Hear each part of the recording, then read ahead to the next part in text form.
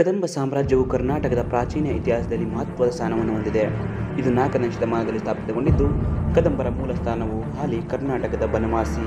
ಇದು ಇಂದಿನ ಉತ್ತರಕ ಜಿಲ್ಲೆಯಾಗಿದ್ದು, ಅವರ ರಾಜಕೀಯ ಮತ್ತು ಸಾಂಸ್ಕೃತಿಕ ವೈಭವವನ್ನು ಪ್ರತಿನಿಧಿಸುತ್ತದೆ. ಈ ಸಾಮ್ರಾಜ್ಯದ ಸ್ಥಾಪಕರಾದ ಮಯೂರ ಶರ್ಮನು ಬ್ರಾಹ್ಮಣ ಕುಟುಂಬದಿಂದ ಬಂದವರಾಗಿದ್ದು, ಮಯೂರ ಶರ್ಮನು ಆರಂಭದಲ್ಲಿ ಪಲ್ಲವರ ಸಾಮ್ರಾಜ್ಯದಲ್ಲಿ ವಿದ್ಯಾಭ್ಯಾಸ ಮಾಡುತ್ತಿದ್ದನು. ಆದರೆ ಅವರ ಕಿರುಕುಳವನ್ನು ತಾಳಲಾರದೆ ನಂತರ ಪಲ್ಲವರ ವಿರುದ್ಧವಾಗಿ ಪ್ರತ್ಯೇಕ ಹೋರಾಟ ನಡೆಸಿ ಸ್ವತಂತ್ರ ಸಾಮ್ರಾಜ್ಯವನ್ನು ಸ್ಥಾಪಿಸಿದರು. ಕದಂಬರು ಕನ್ನಡವನ್ನು ತಮ್ಮ ಆಡಳಿತ ಪ್ರಮುಖ ಭಾಷೆಯನ್ನಾಗಿ ಬಳಸಿ ಕನ್ನಡ ಸಾಹಿತ್ಯಕ್ಕೆ ಮತ್ತು ಸಂಸ್ಕೃತಿಗೆ ಬೆಳವಣಿಗೆಗೆ ಪ್ರಮುಖ ಕೊಡುಗೆಯನ್ನು ನೀಡಿದ್ದಾರೆ. ಕದಂಬರ ಸಾಮ್ರಾಜ್ಯದ ಅವಧಿಯಲ್ಲಿ ಬನವಾಸಿ ನಗರದ ಬಳಿ ಹಲವಾರು ದೇಗುಲಗಳು ನಿರ್ಮಾಣಗೊಂಡವು.